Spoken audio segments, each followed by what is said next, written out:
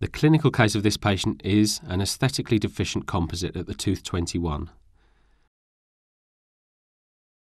The preoperative X-ray picture shows the very large volume of this restoration, which involves the whole of the incisal edge. The choice of shade is made using a Vita shade guide, from which it is evident that the A2 shade corresponds to the situation. The composite system chosen, namely the nanoceramic restorative ceram-x-duo, provides in an own shade system a recipe for all the Vita shades.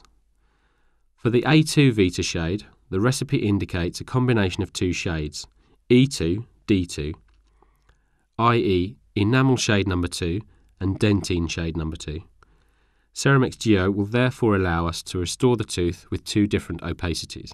The shade guide supplied in the ceram-x-duo kit will allow separate evaluation of the saturation levels of shade D2 and E2. The rubber dam is placed with ligatures around each tooth to ensure perfect isolation.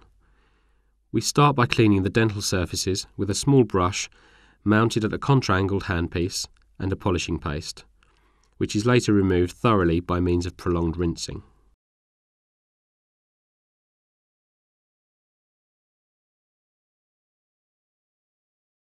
The old composite resin restoration is then removed, using a pear-shaped burr, reference 830. The translucency of the composite resin allows the dental tissues to be clearly differentiated from the filling material.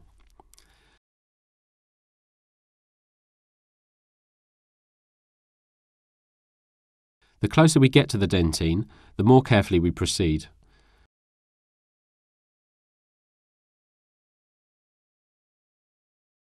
With small moves, we must take precautions so as not to damage the enamel of the neighbouring tooth.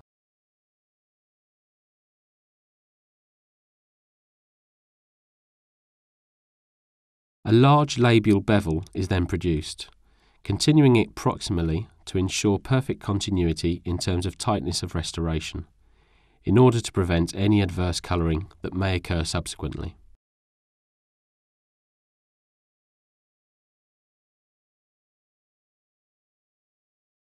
The neighbouring tooth shall be protected while the proximal bevel is being made.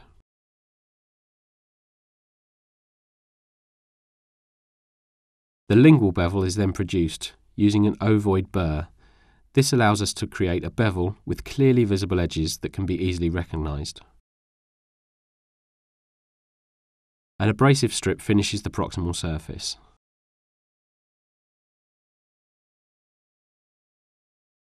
This lingual view shows clearly the limit of the preparation.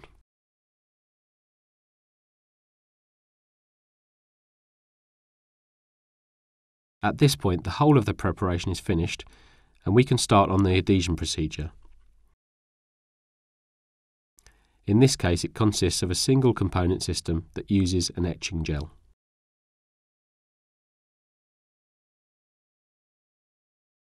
Obviously, the neighbouring teeth must be protected with a metallic matrix in order to avoid contact between the etching gel and the teeth.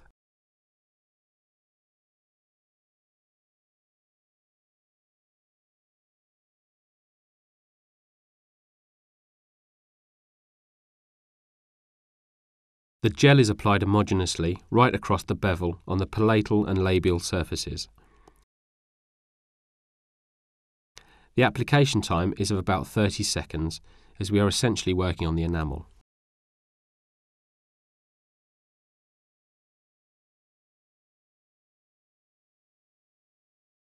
Rinsing ensures thorough removal of the phosphoric acid, then followed by drying. It gives a chalky white appearance, typical of etched enamel.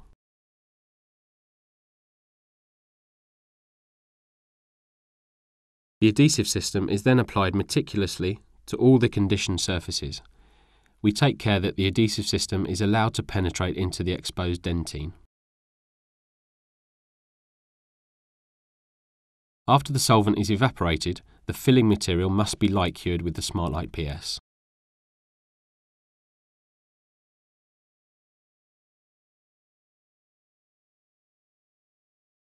At this stage, the adaptability of the silicone guide prepared earlier with Aquasil soft putty is verified.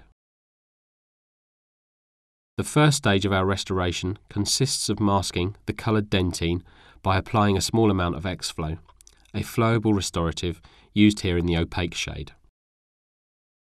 A second layer of X-Flow is applied directly with this thin cannula in order to provide continuous masking of the brownish dentine.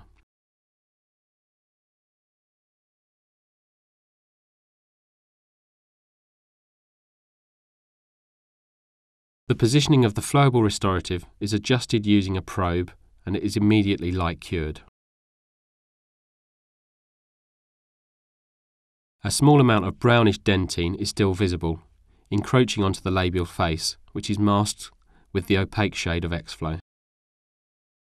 We now turn to the restoration of the lingual surface, which involves a layer of ceram-x-duo-IV-part1.mpg material, i.e. dentine shade.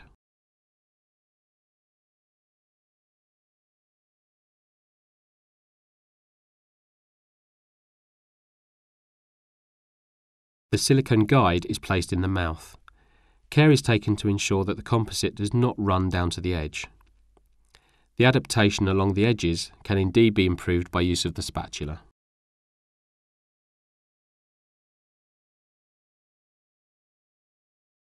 We can now proceed to several applications, always keeping the silicone guide in place.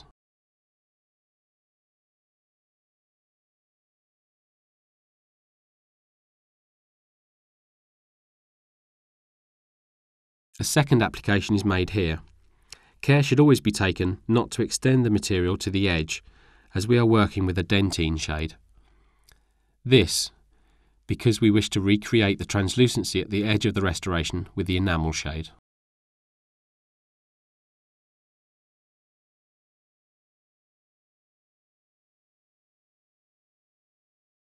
Each layer is thoroughly cured, and through successive applications, we produce the shape of the vestibular face, which in this case contains a number of small convexities, clearly visible on tooth 11.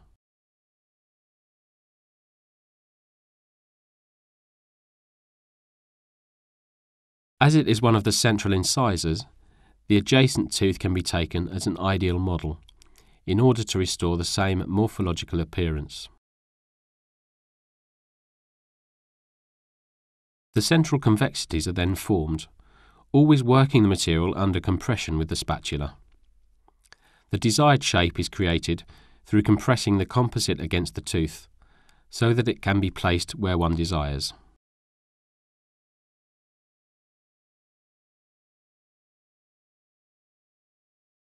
Usually only one spatula is sufficient for this type of operation, especially on anterior teeth. The second convexity is then photopolymerized, and we progressively go on building up the vestibular surface.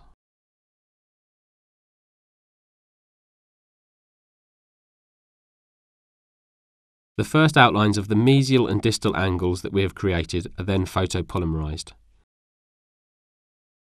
and we progressively build an anatomical configuration similar to that of the neighbouring tooth.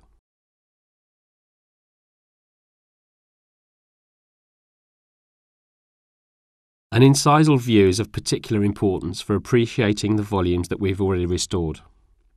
It helps us avoid excessive material that would, after polishing, hide all the enamel shade composite layers that we are going to apply subsequently on the vestibular face.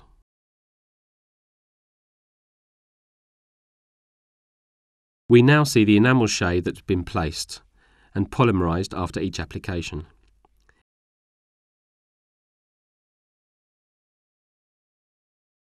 In the same way,